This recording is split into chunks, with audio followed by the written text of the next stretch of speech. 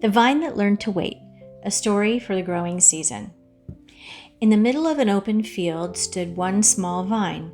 No fence around it, no garden rose beside it, just open land, wide sky, and one small vine, unaware of what it was about to become. Across the hills, other plants were already full. Clusters of fruit hung heavy on their branches. Blossoms opened without effort. The wind carried their sweetness across the whole valley. The vine noticed. And it wanted that desperately. I want to be full. I want to bloom. Why isn't anything happening? So it strained. It pushed its tendrils upward as fast as it could. It twisted towards the sun. It urged itself, bloom, bloom, bloom, as if wanting it hard enough would make it so. But nothing came. And in its straining, it almost missed the gardener kneeling quietly beside it. He had been there all along. He pressed a post gently into the soil, then another, steady hands, unhurried pace, building something the vine couldn't yet see. I don't need posts, I need fruit. But the gardener simply smiled and kept working. He brought water when the vine wanted applause. He brought pruning when the vine wanted praise.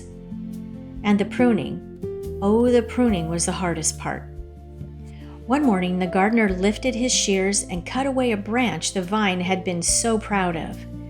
It wasn't dead, it wasn't diseased, but it was growing in the wrong direction, pulling the vine's energy towards something that would never bear fruit, no matter how long it grew. Why would you cut something that isn't broken? The gardener was quiet for a moment. Because I can see where you're going, and that branch cannot come with you. The vine grieved it for a season, but the gardener kept tending, water, support, pruning, and patience. And slowly, so slowly the vine almost didn't notice, something began to shift.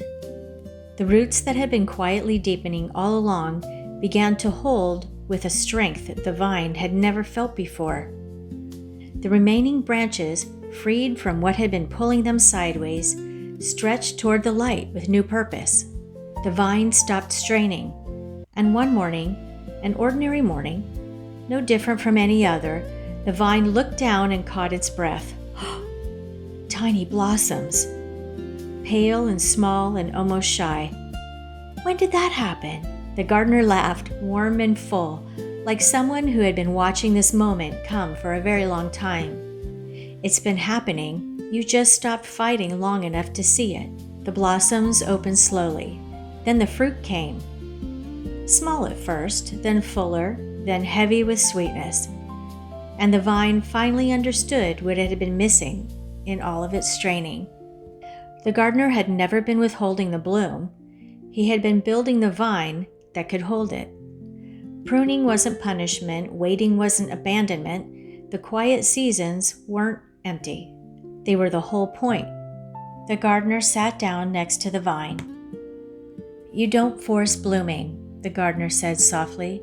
You tend the growing, and I tend you, and we both enjoy the bloom.